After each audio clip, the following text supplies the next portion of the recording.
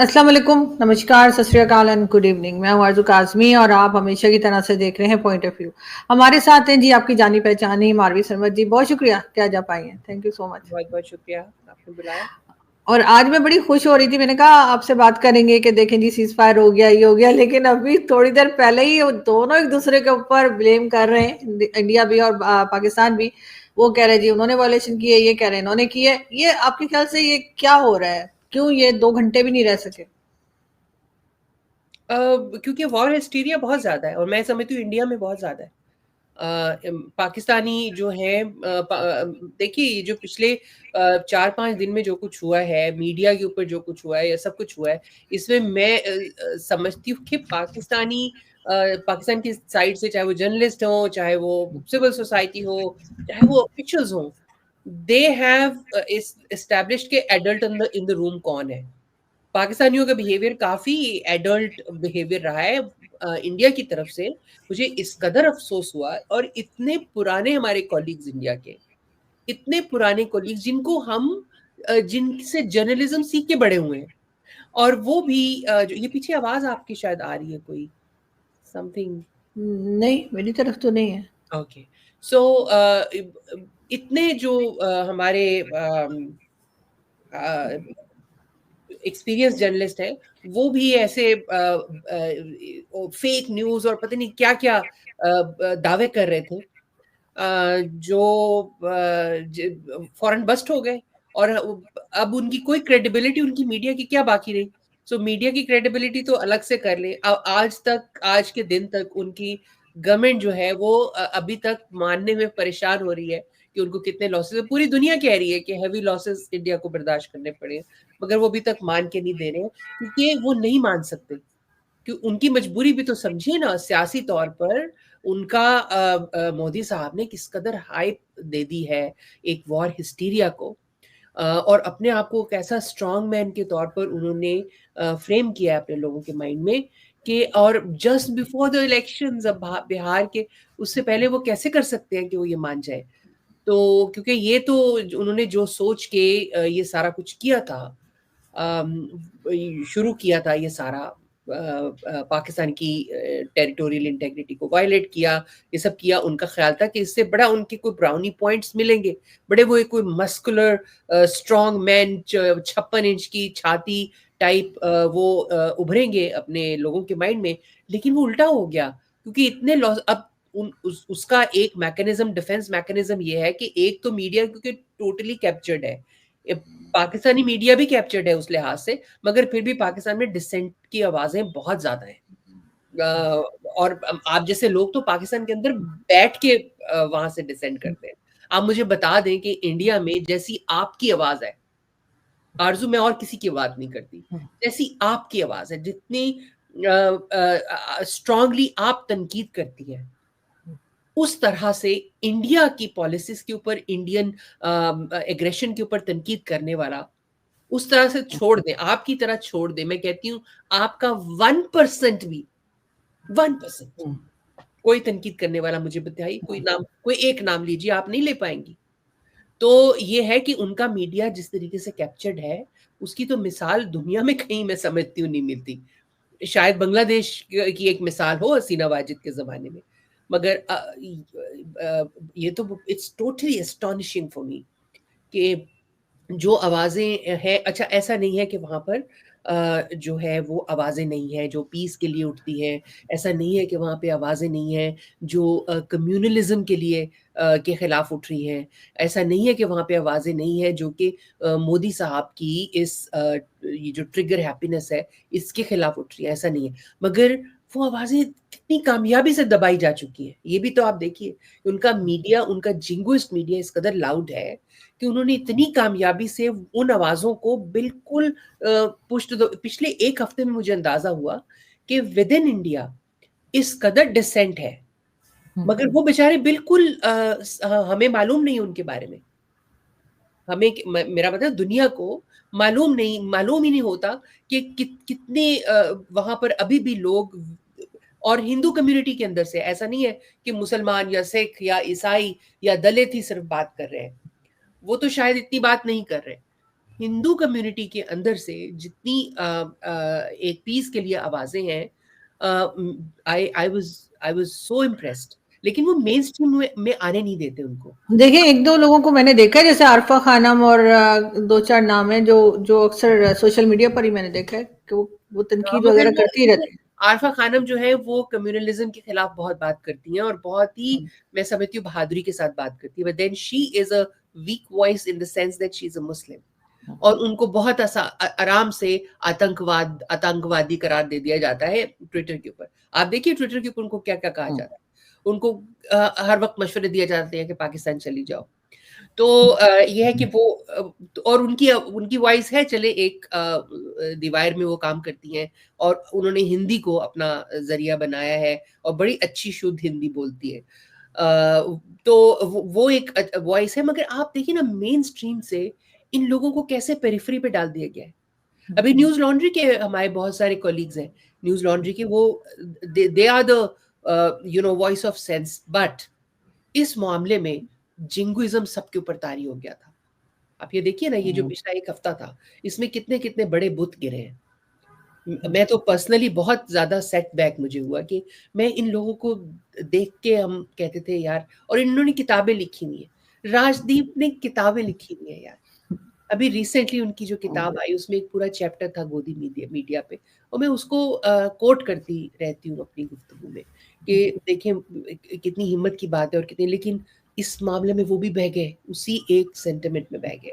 तो बहुत अफसोस हुआ, मुझे ज़ाती तौर पे बहुत दुख हुआ कि अच्छा, और पाकिस्तान के अंदर भी हमारे जो जर्नलिस्ट हैं, बहुत सीनियर जर्नलिस्ट भी हैं, सब के सब, देखिए उसमें भी बगैर वेरीफाई के, हमारे पास कोई तरीका नहीं है वेरीफाई करने का जो हमें आईएसपीआर कहता है, तो हमें रिपोर्ट भी उसको उसी तरह करना चाहिए ना। हमें ये कहना चाहिए कि आईएसपीआर का ये क्लेम है, या आईएसपीआर ने ये कहा है, ये हम या आर्मी के उन्होंने ये बताया, हम उसको एक हमारे लोग जो है ना, हमारे कोलीग, सीनियर कोलीग्स, वो उसको एक गॉस्पेल ट्रुथ बना के रिपोर्ट करते हैं, जैसे इसके अलावा और कोई रियलिटी है नहीं। ये हमारे, आई थिंक ये हमारे प्रोफेशन के साथ बहुत बड़ी ज्यादती हुई है। लेकिन पाकिस्तान में कम, मैं मुझे कहना पड़ेगा कि इंडियन मीडिया ने तो बिल्कुल अपने आप को एक्सपोज कर दिया है। I think the world should not trust a word that comes out of Indian media now.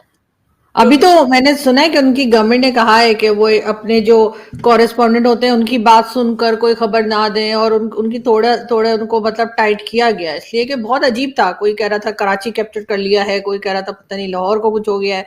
तो वो इस तरह की चीजें जो चली हैं उसको उनकी मीडिया ने भी, सॉरी, उनकी गवर्नमेंट ने भी जो है वो नोटिस किया है। और सुना मैंने यही है कि पता नहीं किया होगा नोटिस, और जाहिर है कि गवर्नमेंट क्या अब कहे, क्योंकि इस कदर शेमलेसली एक्सपोज हुए हैं वो लोग इस कदर। यहाँ तो ये हाल था कि मैं उस दिन कल रात की बात है कि मुझे कॉल्स आती रही हैं इंडियन मीडिया से, और मुझसे पूछ रहे थे कि आर्मी चीफ को हटा दिया है क्या, कोई और आर्मी चीफ आ गया है, और पता नहीं क्या क्या कहानियां चल रही थी। तो मैंने कहा नहीं, मैंने तो ऐसी कोई खबर नहीं देखी। कहने लगे अच्छा तो अब हमारा चैनल देखिए, आपको खबर मिल जाएगी।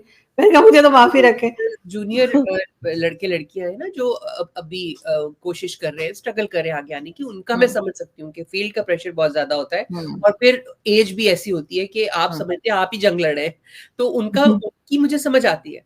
मगर ये लोग जिन्होंने 30-35 साल जर्नलिज्म किया है, और जो अपने आप को सेकुलर भी कहते हैं, जो लिबरल सेकुलर है भी, मतलब उनकी पूरी हमारे सामने प्रोफेशनल लाइफ है, उन्होंने आवाज उठाई है जहाँ पे आवाज उठानी चाहिए। मगर इस मामले में ये कैसे हो गया कि आप एक गॉसिप के ऊपर बिलीव करके आपने रिपोर्ट भी कर दिया? मेरा नहीं ख्याल कि ये गलती से हुआ है, मुझे लगता है कि ये इट वाज अ डिजाइन, क्योंकि जब ये सब कुछ उस दिन हो रहा था जब भारत को ये एक पूरी दुनिया में ये खबर जो है वो चल रही थी कि राफेल, उनका जहाज जो है वो कम से कम एक राफेल गिर गया है, और ये बहुत बड़ी सुर्खी है। पता है आपको, 25 साल 26 साल की तारीख में जब से राफेल बना, 2001 में शायद आया था, बना था ये, उस वक्त से लेके अब तक किसी मुल्क में कभी भी कोई राफेल डिस्ट्रॉय हुआ नहीं, और इसीलिए भारत ने लिए थे और बहुत बहुत पैसे खर्च किए थे। आपको पता है भारत के अंदर जो उनकी संसद में ये चीज़ें होनी शुरू हो गई हैं। आई थिंक राहुल गांधी थे जिन्होंने ये मामला उठाया है कि इसके अंदर तो करप्शन नज़र आती है, जो ये सौदा हुआ है और इतने मिलियन डॉलर्स, कई $100 मिलियन इन्होंने लगाए। $900 मिलियन के का सामान तो पाकिस्तान ने डिस्ट्रॉय कर दिया इनका, ये पिछले 2-3 दिन में। तो अब वहाँ पर ये सवाल उठेंगे मोदी सरकार के खिलाफ कि ये आपने कैसे वो किया, कैसे सौदा हुआ, और क्या सोच के किया गया, कहाँ से पैसे कैसे निकाले गए, और वगैरह वगैरह। उन कुछ इल्ज़ामात ऐसे हैं कि कोई किकबैक्स का शायद वो इल्ज़ाम लगा रहे हैं, लेकिन वो तो खैर उनका अपना इंटरनल मामला है। मगर ये है कि मुझे ये लगता है कि ये उस दिन हुआ था कि जब उससे तवज्जो हटानी थी कि इट वाज, इसका पूरा जो टारगेट था वो उनकी डोमेस्टिक ऑडियंस थी। They were not talking to the world. उनको पता था, दुनिया को तो पता है कि उनके 4-5 जहाज गिर गए हैं, और कुछ नहीं तो एक राफेल तो गिरा ही गिरा है। तो उनको सिर्फ अपने लोगों को किसी और तरफ लगाना था। I think this was an exercise in moral boosting of their own people. उनको यकीन दिलाना था कि ऐसी कोई बात नहीं है, हम लोग ने बड़ा काम कर लिया है। तो this was whatever was happening, I think it had a nod from government as well, क्योंकि ये जो जर्नलिस्ट है ना, सीनियर जिनकी मैं बात कर रही हूँ, 30-30 साल से वॉर को कवर करते रहे, ये अपनी आर्मी की बात को आमन्ना व सद्दकना ऐसे करके चूम के लेते हैं और उनको बिल्कुल अपनी आर्मी की बात को क्वेश्चन नहीं करते। जो आपके दोस्त हैं मेजर गौरव साहब, ये इनको हम जैसे लोग बड़े पसंद आते हैं क्योंकि हम अपनी आर्मी के सियासी रोल के खिलाफ बात कर रहे होते हैं। हम कह रहे होते हैं कि उनको वो मोनोपोलाइज जैसे उन्होंने पॉलिटिक्स को किया हुआ है, हम उसके खिलाफ हैं। हम उन्हें बहुत अच्छे लग रहे होते हैं। जरा पूछिए अरुंधति रॉय के बारे में उनकी क्या राय है, तो आपको सब कुछ मालूम हो जाएगा। तो ये है कि ये लोग खुद जो है वो अपनी आर्मी और अपनी सरकार के यहाँ से जो बात आ रही होती है उसको बिल्कुल एक गॉस्पेल ट्रूथ समझ के रिपोर्ट करते हैं, और यही वजह है कि इस बार इनसे चूक हो गई। लेकिन ये जरूर है कि अगर हम देखें तो इनका जहां तक आर्मी की आपने बात की, तो अगर हम लोग कोई तनकीद करते हैं तो हम कुछ गलत नहीं कर रहे होते, हम कोई झूठ नहीं बता रहे होते। जो हमारी आर्मी की हैं कमजोरियां, हम उसी पे बात करते हैं। लेकिन इस वक्त ये दोबारा से इतनी जल्दी आपके ख्याल से क्यों ये लड़ाई फिर शुरू हो गई है, और क्या ये अब रुक पाएगी या ये फिर आगे बढ़ती हुई दिख रही है आपको? फॉग ऑफ वॉर है, कुछ कहना मुश्किल है कि दोनों तरफ से ये इल्ज़ाम लगाए जा रहे हैं कि वायलेशन हुई है। अब देखना ये है कि ये इसका अंदाज़ा, इसका जो है फैसला करना कि किसने पहले की, ये बहुत मुश्किल है। इस तरह की फॉग ऑफ वॉर में बहुत मुश्किल है। हो सकता है मुमकिन हो कोई डिजिटल टेक्नोलॉजी के ज़रिए, मगर वो बाद की बात है। इस वक्त तो मेरा ख्याल है सबसे पहला ये एक प्रायोरिटी होनी चाहिए कि सब जो है ताकतें दुनिया की मिलके इन 2 मुल्कों को कहें कि भाई बस कर दो अब। लोगों की, इंसानों की जान और इंसानों की ज़िंदगी, इंसानों की माल और उनकी सिक्योरिटी को ज़हन में रखो। दोनों साइड पे कोई आप सुपर पावर्स नहीं है। इंडिया का अगर ये कोई गलतफ़हमी है कि वो कोई सुपर पावर है और या बन सकती है, तो ये तरीके नहीं होते super power. This is not a leadership attitude. ये बिहेवियर नहीं होता और ये उनके अंदाज नहीं होते। अगर आप सुपर पावर बनना चाहते हैं तो थोड़ा आपको रिस्पॉन्सिबिलिटी का मुजाहरा करना पड़ता है। आपके तो मीडिया को देखकर लगता है, I am not talking about the broadcast media, जो उनके ओपिनियन पीसेस आ रहे हैं, जो उनके इन्हें अच्छे भी हैं, मगर उनका प्रिंट मीडिया में इट्स लाइक फ्रेंजी। आप उनका सोशल मीडिया के ऊपर उनके जो ऑफिशियल्स के और उनके जो पॉलिटिशियंस हैं और उनके थिंक टैंकर्स हैं, उनकी जरा देखें, जरा उनकी पोस्ट क्या है। तो ये एक अजीब किस्म की ट्रिगर हैप्पीनेस, फ्रेंजी, जिंगोइज्म जो उन्होंने अपने लोगों के अंदर पैदा कर दी है, हमें इससे कोई गज़ नहीं होनी चाहिए, क्योंकि इसका नुकसान उन्हीं को होगा। Frankly as a Pakistani I don't feel very bad about it. उनका अपना नुकसान होगा, but then as a peace activist, as an activist for human rights, वहां पर मुझे जरूर परेशानी होती है कि at the end of the day एक आम आदमी, एक आम सिविलियन, जिसका पासपोर्ट चाहे ग्रीन है चाहे उनका जो भी कलर है, जो भी रंग है आपके पासपोर्ट का, आपके खून का रंग तो एक ही है। और वो जो है एक आम मजदूर, एक आम क्लर्क, एक आम उस्ताद जो स्कूल में पढ़ाने जाता है या जाती है, एक आम प्रोफेशनल, कोई डॉक्टर, कोई नर्सें, वो अपनी जिंदगी को गुजार रहे हैं, अपने जो है अपनी फैमिलीज को सपोर्ट कर रहे हैं और अपना रोल पॉजिटिव प्ले कर रहे हैं दुनिया के अंदर। जो नर्स है वो अपने प्रोफेशन में कर रहा है, जो डॉक्टर है वो कर रही है, वगैरह वगैरह। तो उन उन सब की जिंदगियों को किस तरह से डिसरप्शन उसमें हुई है। और ये ऐसा नहीं है कि सिर्फ जो बॉर्डर के ऊपर लोग हैं या जिनको आके गोलियां लगी हैं, सिर्फ उन्हीं फैमिली, वही फैमिलीज विक्टिम्स हैं। वो तो बहुत बड़े विक्टिम्स हैं ही, मगर जो उस इस जंग की वजह से पूरा पूरा मुल्क मुतासिर होता है, पूरे मुल्क की इकोनॉमी, पूरे मुल्क की जिंदगी, उसमें डिसरप्शन आती है और उसके असर सिर्फ इस सीज फायर के फौरन बाद जो है वो जायल नहीं हो जाते। उसका असर जायल होने के लिए बहुत देर लगती है, बहुत टाइम लगता है, बहुत महीने, बहुत बाज़-औक़ात बहुत साल लगते हैं स्टेबिलिटी के। तो खुदा का वास्ता है, मैं कहती हूँ कि स्टेबिलिटी आने दें, पीस आने दें। आप दोनों ने साबित कर लिया कि आप लोग कुछ भी कर सकते हैं। इंडिया ने साबित कर लिया कि वो पाकिस्तान के अंदर घुस के हमला कर सकता है। पाकिस्तान ने साबित कर दिया कि वो उस हमले का मुकाबला कर सकता है और जवाबन इंडिया को बराबर का जो है उस पे वार कर सकता है। अब आप दोनों अपनी-अपनी विक्ट्री डिक्लेयर करें अपने-अपने मुल्कों में और खामोशी से सोने दें लोगों को, आराम से। चैन की नींद सोने दें, ज़िंदगी को आगे बढ़ने दें।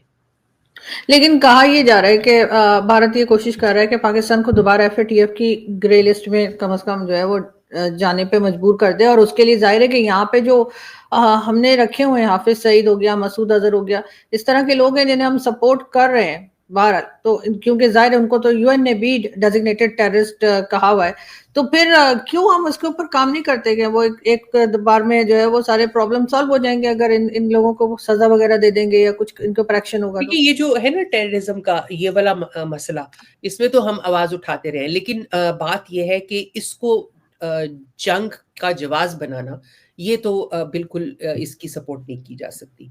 जब भी इंडिया के अंदर कोई धमाका होगा, कोई खुदा न खास्ता कोई टेररिस्ट इंसिडेंट होगा, तो क्या वो पाकिस्तान के ऊपर चढ़ दौड़ेगा कि ओह भाई हाफिज सईद वहां रहता है? देखिए, ये एक जिम्मेदार उनको जिम्मेदारी का सबूत देना चाहिए था। There was absolutely no smoking gun this time. कोई उनके पास, अब देखिए, जब इन्होंने हमला कर दिया पाकिस्तान के ऊपर, उसके बाद इन्होंने हेल्पलाइन अपनी शुरू की, लोगों से पूछना शुरू किया कि जी वो जो हमलावर थे उनकी तस्वीरें अगर आप हैं तो दे दें। आइडेंटिफाई तो आपने किया नहीं कौन थे, पहले ही आपने पाकिस्तान पे हमला कर दिया। तो लेकिन जो दूसरी बात आपने अहम बात की कि पाकिस्तान के अंदर जैसे मसूद अजहर और वो हैं, देखिए जब आपने इतना लंबा अरसा इस तरह के लोगों को वो किया हो, मैं सपोर्ट करना नहीं कहती, मैं कहती हूँ उनको बनाया, पैदा किया, उनको जो है वो सब कुछ किया हो, उसके बाद आपने एकदम से, इट्स नॉट अ फॉसेट, ये कोई बाथरूम में आपकी टूटी नहीं है जिसको आप बंद कर देंगे तो वो बंद हो जाएगी। It's a very complex world, ये जो टेररिज्म की और टेरर वो उसकी है, इसको इतने आराम से तो अमेरिका भी बंद नहीं कर पाया था। उनको इसका काफी खुमियाजा भुगतना पड़ा। तो ये है कि, लेकिन ये देखना है कि क्या हाफिज सईद और मसूद अजहर वगैरह, वो जितनी मर्जी, हाफिज सईद तो बिल्कुल खामोश है, बहुत अरसे से खामोश है और वो कहीं पे उसको आइसोलेट करके रखा हुआ है। इसी तरह से मसूद अजहर है, उसकी भड़कें हमें कभी कभार सुनाई दे देती है। वो अब पाकिस्तान ये क्लेम करता है, पाकिस्तान के ऑफिशियल्स क्लेम करते हैं कि उनको मालूम नहीं है कि वो कहाँ पर है, लेकिन जाहिर है कि वो पाकिस्तान के अंदर ही कहीं पर है। लेकिन ये भी तो देखने की बात है ना आरजू, इनको तो अब आज तक मुराद सईद नहीं मिल सका, मुराद सईद को ये ढूंढ नहीं पाए कि ये कहाँ पर है। तो जाहिर है कि वो, और दूसरी बात ये है कि देखें, जब ये इनकी ताकत बहुत ज्यादा होती है, आपको याद है ना कि मसूद अजहर, ये इनकी जब बंद किया था इन लोगों को, उस वक्त 9/11 नया नया हुआ था, और यानी कि अमेरिका जो है वो अफगानिस्तान पर उन्होंने हमला नया नया किया था, 1-2 साल हुए थे। उस जमाने में मसूद अजहर ने, इनकी जब जैश ए मोहम्मद ने 2 या 3 हमले किए थे परवेज मुशर्रफ के ऊपर, क्योंकि उस वक्त वो पहला मौका था जब बंद किया गया था इनको।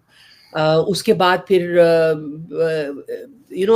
गरम सर्द होता रहा, कभी इनके साथ दोबारा रजू कर लिया गया, कभी फिर इनको बंद कर दिया गया। जब हमारा एपीएस का सानिया हुआ था 2014 में, उसके बाद फिर सख्ती से इनको बंद करने की कोशिश की गई, लेकिन फिर जो है ये इन्होंने सर उठा लिया। सो आहिस्ता आहिस्ता करते करते करते करते जो है वो अब बात यहाँ तक पहुंची है कि जो है वो इनको जो है वो एक आइसोलेट कर दिया गया है, और एटलीस्ट क्लेम यही है। अब ये तो साबित करना भारत का काम है कि वो ये साबित करके बताए कि यहाँ से जो है वो किसी तरीके से मंसूबाबंदी हुई, और इन मंसूबाबंदों ने भारत में जाकर, जो भारत का ज़ेर इंतज़ाम कश्मीर है, वहाँ जाकर ये ऑफुल, बहुत ही हीनियस किस्म का जो है वो टेररिज्म का एक्ट किया। और ये सब कुछ जवाब तो देना होगा, बिल्कुल उसी तरह से जैसे हम पाकिस्तानी से पूछते हैं कि आपने भारत के ऊपर इल्ज़ाम लगा दिया जाफरा एक्सप्रेस का, आप हमें बताएं तो सही कि कैसे आपने, क्या सबूत है? हमने पूछा था ना उनसे। इसी तरह बिल्कुल। से इनसे भी पूछना है कि आप भी बताइए कैसा है। आप ये तो, क्योंकि अगर ये बात करते हैं कि इन्होंने, पाकिस्तान ने रखा हुआ है यहाँ पे इनको, मसूद अजहर को और इनको, तो इसी तरह से भारत के भी तो जो बीएलए और उनके साथ राब्ते, और ना सिर्फ राब्ते बल्कि एक साबित है, वो लोग खुद माने हुए हैं बीएलए के लोग कि भारत के साथ वो लेते हैं, मदद लेते हैं, और थ्रू टीटीपी के साथ उनके हैं। तो फिर हम भी, इसका मतलब ये कि पाकिस्तान भी हमला कर सकता है भारत के ऊपर, ऐसा नहीं होता ना। ये रियासतें जो है, ये जो इसको कहते हैं grey zone activities, grey zone activities वो होती हैं जब रियासतें खुद एक दूसरे से जंग करने के बजाय इस तरह की प्रोसेस के जरिए करती है। और अमेरिका भी कर रहा है, इसराइल तो करता ही है, रशिया करता है, ईरान कर रहा है। ग्रे जोन एक्टिविटीज में सबसे बड़ा नाम ही ईरान का है। भारत करता है, पाकिस्तान करता है, चाइना करता है। तो देखना यह है कि अब ग्रे जोन एक्टिविटीज को किस तरीके से काबू करना है इन दोनों मुल्कों ने, और ये दोनों मुल्क मिलके कर सकते हैं। हम किसी एक को इसमें वो आज की सूरत हाल में आई एम अफ्रेड किसी एक को हम मुर्दे इल्जाम नहीं ठहरा सकते। अब जैसे भारत कहता है ना कि जी हम पाकिस्तान के ऊपर अटैक करेंगे, और जो टेरर ऑर्गेनाइजेशंस हैं या उनके जो जहां पे वो लोग रहते हैं उन जगहों को हम टारगेट करेंगे, उसमें वो नाम भी बहुत बहुत नहीं, वो रहते हैं, नहीं, वो बहुत लंबी लिस्ट भी नहीं, वो बहुत लंबी लिस्ट भी बताते हैं, ठीक है ना, मसूद अजहर, ये वो फलाने का बहुत सारे नामों को हमें बताते हैं जब हम जाते हैं ना इंडियन मीडिया पे। लेकिन और वैसे भी यहाँ पर भी बात होती है, लेकिन अगर हम बोलें कि हम भी भारत में अटैक करेंगे, तो हमारे पास कुछ है कि हम कहाँ अटैक करेंगे? हमारे उनकी कोई टेरर ऑर्गेनाइजेशन जिसका हमें नाम पता हो, या जिसने कोई टेरर किया हो, तो यहाँ हम फंस जाते हैं ना जाकर। यही फर्क है ना, जो ग्रे जोन एक्टिविटीज भारत करता है उसमें वो अपनी सरजमीन के ऊपर अपना फुटप्रिंट नहीं छोड़ता है।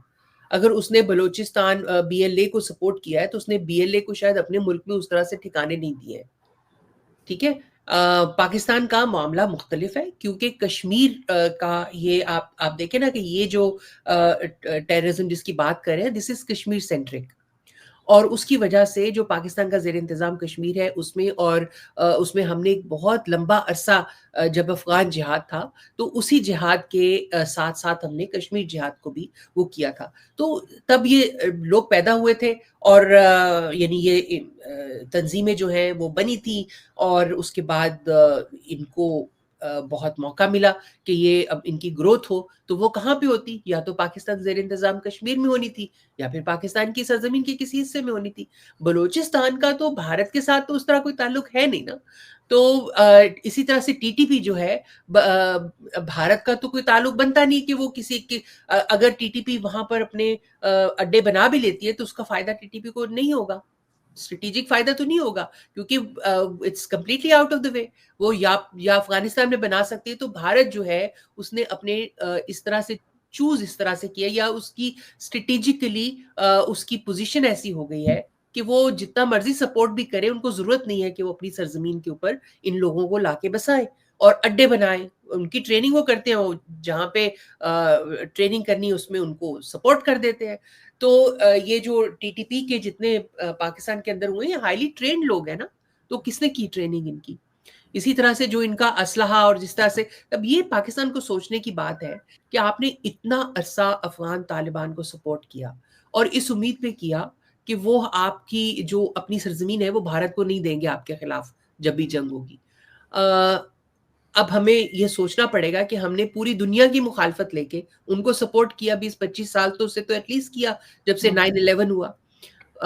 आज जो है ऐसा क्या हो गया है कि भारत के अफगान तालिबान के साथ ताल्लुकात मजबूत हो गए और आपके खराब है। जो अफगान तालिबान के जो भी ऑफिशियल्स हैं वो पाकिस्तान के खिलाफ बयान देते नहीं थकते और भारत के साथ मुलाकातें करते नहीं थकते।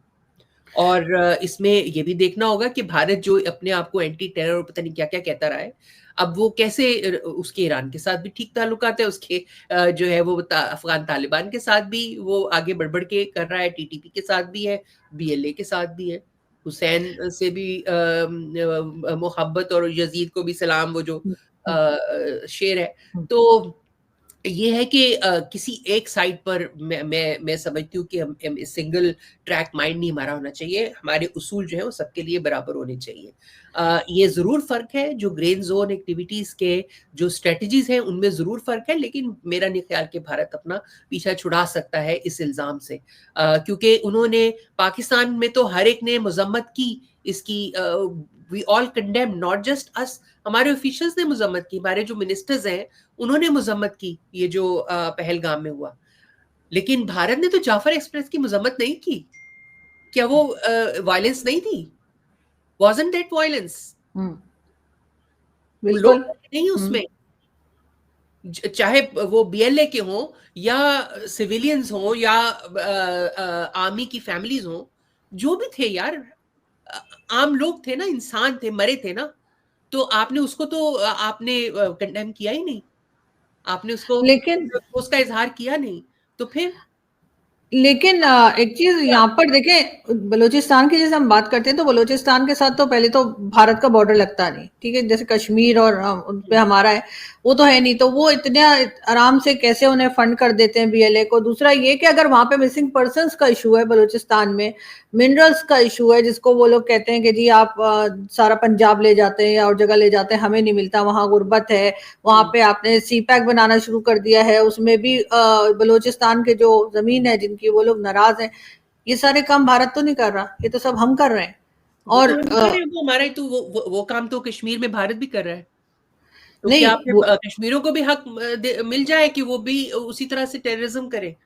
तो देखिए, और दूसरी बात ये जो आपने कही कि बलूचिस्तान का बॉर्डर नहीं लगता भारत के साथ, तो भारत कैसे, और ये आज की दुनिया में ये चीज नहीं है, ये कोई पहली जंग अज़ीम का जमाना नहीं है कि सिर्फ आपको फिजिकली मौजूद होना चाहिए, होना पड़ेगा किसी को सपोर्ट करने के लिए। ये बात तो अब जो है काफी मेरा ख्याल है कि जो भी कवर करते हैं उनको मालूम है पूरी दुनिया में कि बीएलए तो खुद भी मानती है, वो तो इनकार करते ही नहीं कि उनको भारत की सपोर्ट नहीं है।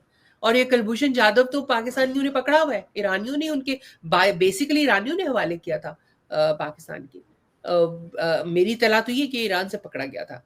तो अब जो मर्जी स्टोरी हो पाकिस्तान की तरफ से मुझे मालूम नहीं है, मगर हमारी इत्तला उस वक्त ये थी कि ईरान में पकड़ा गया था, उन्होंने इसके हवाले पाकिस्तान के हवाले किया था। तो ये वो तो एक जीता जागता सबूत है, किस तरीके से किस रास्ते से ये होता है, वो तो एक स्ट्रेटेजिक और टैक्टिकल डिटेल्स है जिसके बारे में हमें नहीं पता हो सकता, या जो जो रिपोर्ट करते हैं ट्रू। वहां से, बलूचिस्तान से या ईरान से, उनको शायद पता भी हो। लेकिन बात कहने की ये है कि ये कोई इतना कोई इम्पॉसिबल चीज नहीं है। अगर और ये है कि देखिए, अगर मैं भारत हूं, आपका नहीं ख्याल कि मतलब भारत और पाकिस्तान की तो राइवलरी, और भारत जो है वो इतना तंग आ चुका है कि पाकिस्तान उनका ख्याल है कि और बहुत सारी जगहों पे उनका ख्याल सही भी है कि ये पाकिस्तान की तरफ से टेरर स्पॉन्सर होता रहा है। जैसे मुंबई का जो वाकया था उसमें बहुत सारे पाकिस्तानी और बहुत बड़ा फुटप्रिंट था पाकिस्तानी बाशिंदों का, और इन तंजीमों का जिनका जिक्र आप बिल्कुल। पहले कर रही थी। और उसके बाद भारत ने बड़ी कोशिश भी की कि किसी तरीके से ये पाकिस्तान जो है उनके खिलाफ जो है कोई कदम उठाए, मगर हमें उस वक़्त हमारे जो मेरी अंडरस्टैंडिंग ये है कि जो पाकिस्तान के जो establishment, military establishment, security establishment कहना चाहिए, क्योंकि उसके अंदर सिविलियन वाले भी सब शामिल हैं इस इस्टेब्लिशमेंट के साथ, जो जो जब भारत की बात आती है। तो सिक्योरिटी एस्टैब्लिशमेंट ने उस वक़्त शायद मेरी रीडिंग यही है कि इसमें भारत की हेल्प नहीं की, क्योंकि एक तो ये है कि इनको खतरा था कि अगर ये लश्कर-ए-तैयबा और जैश-ए-मोहम्मद वगैरह के खिलाफ ये हेल्प करेंगे भारत की, तो इनके अपने ऊपर ये खुद टारगेट बनेंगे इन तंज़ीमों का। एक तो ये था बहुत बड़ा, बहुत रियल खतरा था, क्योंकि वो लोग पाकिस्तानी सोसाइटी में बहुत इन्फ्यूज़ कर चुके हैं। बहुत ज़्यादा पेनिट्रेटेड है वो पाकिस्तानी बहुत ज़्यादा। अ जो पुलिस फ़ोर्स है उसमें उनके लोग हैं, जो सिविल ब्यूरोक्रेसी है उसमें उनके लोग हैं, आम लोग जो है चूँकि उन्होंने फ़लाह इंसानियत तो पता नहीं क्या-क्या जो तंज़ीमें बनाई हुई हैं सोशल वेलफेयर की, उसकी वजह से उनकी ठीक-ठाक एक माशरे के अंदर गुडविल है। अब इस तरह के लोगों को दुश्मन बना के अपने आप को target banana would be very, very dangerous for Pakistan. तो वो उसको बहुत ही स्ट्रैटेजिकली करना पड़ेगा, तो मेरा ख़्याल है उन्होंने उस वक़्त एक तो ये कि पाकिस्तानी सिक्योरिटी एस्टैब्लिशमेंट उस वक़्त इससे ज़रा थोड़ी डरी हुई थी कि ये ना हो जाए। दूसरा ये कि मेरा ख़्याल है कि वो उन्होंने इसलिए भी हेल्प नहीं की कि अगर ये कोई भी पकड़ा गया इनमें से और भारत के हवाले करना पड़ा या जो भी है, तो शायद ये बहुत सारे पुराने राज़ जो हैं उनसे जो है ना वो एक अपने जानते-बूझते हुए तो आप अपने हाथ काट के नहीं देंगे। और तीसरी बात ये है कि इस तरह की कोई भी इक़दाम करना इनके खिलाफ, इसका मतलब ये होगा कि आप अपनी कैपेबिलिटी साबित मान रहे हैं, तस्लीम कर रहे हैं। तो ये इस तरह के बहुत सारे जो है ना वो इश्यूज़ हो जाते हैं जब आप 2 मुल्क आपस में इस तरह से डील करते हैं। मगर इन परेशानियों का ये जो आपके 2-3 मैंने आपको गिनवाए लिमिटेशंस, इनका एहसास तो पाकिस्तानी साइड पे होना चाहिए और उनको उनको पता होना चाहिए कि अब जो है ये करना बहुत बहुत मुश्किल होगा और इसको आपने कैसे इसको स्विच ऑफ अब कैसे करना है। स्विच ऑफ करने की तो कोशिश कर रहे हैं बड़े अरसे से। इस बात को यानी कि 2014 के बाद से ये थोड़ा-सा फैसला होना शुरू हो गया था और बतदरीज आहिस्ता-आहिस्ता जो पुलिस फ़ोर्स है हमारी और मिलिट्री जो सिक्योरिटी एस्टैब्लिशमेंट में भी हमारी पॉलिटिकल साइड स्पेशली ये इस बात पे कन्विंस्ड हैं कि इसको हमें अब ये लोग हमारे लिए लायबिलिटी हैं। इनको हमें इस तरीके से करना है कि ये किसी और के हवाले भी ना हो और बस इसी तरह से इनको जो है कोल्ड स्टोरेज में पड़े-पड़े खुद ही ख़त्म हो जाए। उसी वजह से आप देखें कि अब मज़ीद रिक्रूटमेंट जो है वो पाकिस्तानी सॉइल के ऊपर नहीं हो रही। हाँ, इनके कुछ जो थे ना फंड जमा करने का सिलसिला, वो जारी था और मैंने भी उस पे रिपोर्ट किया। मगर वो एफएटीएफ वाले के बाद जब हम ग्रे लिस्ट से निकले हैं, उसके बाद वो भी बहुत ज़्यादा ठंडा हो गया था। अब वो खुलेआम उस तरह से फंड्स नहीं कर अब वो मस्जिद का चंदा लेने के लिए फंड जमा करते रहें, उस पर्दे में करते रहें तो और बात है। मगर वो अब उस तरह से कश्मीर जिहाद और वो जो आपको हर दुकान के ऊपर ना पाकिस्तान में बड़े-बड़े वो बॉक्सेस पड़े होते थे कि कश्मीर के जिहाद के लिए बिल्कुल। चंदा दें। वो बहुत सख्ती से पाकिस्तान ने उसके ऊपर काबू पाना शुरू किया था।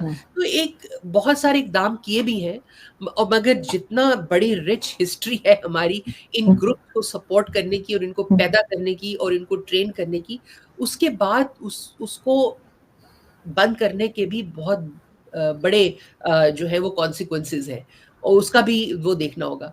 लेकिन हमें ये भी ज़हन में रखना चाहिए, मेरा ख़्याल है इस पे भी बात होनी चाहिए क्योंकि भारत में तो इस पर बात होना मुमकिन नहीं है। हालाँकि बहुत से लोगों ने कोशिश की है बात करने की मगर उन सब का गला घोंट दिया गया, उनके चैनल बंद कर दिए गए या जो भी सवाल तो ये भी उठता है कि इतनी सख्त मॉनिटर्ड फेंस्ड बॉर्डर है आपका, जो एलओसी है। और उसके अगर आप ये क्लेम करते हैं कि वहाँ से पाकिस्तानी साइड से लोग ट्रैवल करके वहाँ गए, तो आप कहाँ थे? आप क्या कर रहे थे? पहलगाँव में इतना बड़ा वो टूरिस्ट वो था पॉइंट था, जहाँ पे आप लोगों को खुद लेकर गए। आपने लोगों को इस कदर इन्होंने इश्तिहारबाज़ी की थी पिछले कुछ सालों में, स्पेशली आफ्टर 370 वाला था 2019 में। इसके बाद इन्होंने 2 साल 3 साल तो बंद रखा पूरा। उसके बाद जब इन्होंने खोला है तो ऐसी इश्तिहारबाज़ी की जो टूर सब बहुत महफ़ूज़ हो गया, ये हो गया, वो हो गया। तो कहाँ थे आपके लोगों को महफ़ूज़ करने वाले लोग कहाँ थे? जो सवाल हमने जाफर एक्सप्रेस पे पूछे थे। बिल्कुल वही इंटेलिजेंस फेलियर। जो है वो पूछूंगी। हम उस वक्त पूछते थे कि भी कहाँ आपकी, आप कहते हैं जी फौज जो है वो बलूचिस्तान में चप्पे चप्पे के ऊपर है, तो वो कहाँ चली गई थी फौज, क्यों नहीं महफूज कर सकी? मगर ये तो बिल्कुल ही इन्होंने तो बहुत हद ही कर दी। और उसके बाद फिर 5 minute, with in 5 minutes of that attack, जो आपके रेस्क्यू वाले हैं उनको वहां पहुंचने में 1.5 घंटा लगा। रेस्क्यू वाले, सोचे जरा आप, रेस्क्यू लोगों को जो कीमती जानें बच सकती थी, रेस्क्यू के लिए आपको 1.5 घंटा लग गया। लोग बेचारे अपने कंधों पे, वहां के जो लोकल्स हैं वो कंधों पे लाद लाद के जख्मियों को अस्पताल पहुंचाने की कोशिश करते रहे, जो 1.5 घंटे का पैदल का रास्ता है। और वो कहते हैं, वो एक का मैं सुन रही थी जिसने अपने कंधे पे एक बूढ़ी खातून को उठा के हॉस्पिटल पहुंचाया, वो कहता है मैं एक चक्कर लगा के दूसरा लगा रहा था जब रेस्क्यू पहुंचा। सोचिए कितनी देर के बाद पहुंचा है। रेस्क्यू को 1.5 घंटा से ऊपर लग गया, मगर आपके मीडिया ने 5 मिनट के अंदर ये फैसला कर लिया कि ये पाकिस्तान ने किया। तो एक थोड़ा सा एक रिस्पॉन्सिबल स्टेट भी होती है, एक रिस्पॉन्सिबल सोसाइटी भी होती है, वो जो है उसका मुजाहिरा अनफॉर्चुनेटली भारत नहीं कर सका। ये साबित करना पड़ेगा आपको, कोई स्मोकिंग गन बतानी पड़ेगी कि जैसे मुंबई में था ना, मुंबई में तो बहुत बड़ी बहुत क्लियर था और बहुत ही क्लियर था। पाकिस्तान का नेशनल था जो उन्होंने पकड़ लिया था वहां पे। अब आप लोगों के जो वो इतने बेचारे, देखिए ना आपके सामने आपके हस्बैंड को मारा जा रहा हो, मार दिया, आप बैठे हुए हैं, आप कोई किसी महाज पे नहीं है, लोग सैर करने गए, लोग हनीमून के ऊपर गए हैं, people are happy, people are eating, एकदम से कोई आता है आपसे पूछता है आप हिंदू हो मुसलमान हो, ठा गोली। तो आप people are shock, people are in drama. आप उनके साथ उनको पकड़ पकड़ के उनसे पूछ रहे हैं कैसी शक्ल थी, और वो अजीब अजीब खाके बना के, स्केचेस बना के आप मीडिया के ऊपर छोड़ रहे हैं। उसके बाद स्केचेस भी बाद में आए हैं, फैसला पहले हो गया कि 2 पाकिस्तानी थे। सोचिए जरा, this is all ridiculous, it's totally ridiculous. नहीं, बहुत इसमें काफी इन्होंने जो है ना, वो कह लीजिए कि बात जो थी पूरी तरीके से लोगों को समझ में नहीं आई, और ना ये बता सके। अभी भी पाकिस्तान कह रहा है कि हम इन्वेस्टिगेशन का हिस्सा बनने को तैयार है, लेकिन पता नहीं अब ये क्या करेंगे। बहरहाल देखते हैं ये बात आगे कैसे बढ़ती है। फिलहाल तो मुझे तो आज लग रहा था कि चलो सीज फायर हो गया है तो कुछ सुकून होगा, लेकिन 2 घंटे के बाद ये फिर शुरू हो गए, और अब पता नहीं कहाँ जाके रुकेगी, क्योंकि अमेरिका के कहने से तो कम से कम इन दोनों को रुक जाना चाहिए था। और दोनों एक दूसरे पे इल्जाम लगा रहे हैं, वो कह रहे हैं पाकिस्तान ने किया है और पाकिस्तान कह रहे हैं भारत ने किया है। दोनों न्यूज ऐसे चल रही हैं, अब कुछ समझ नहीं आ रहा किसने किया है। बहरहाल बहुत शुक्रिया कि आपने आज ज्वाइन किया। Thank you so much. Thank you, बहुत शुक्रिया, थैंक यू।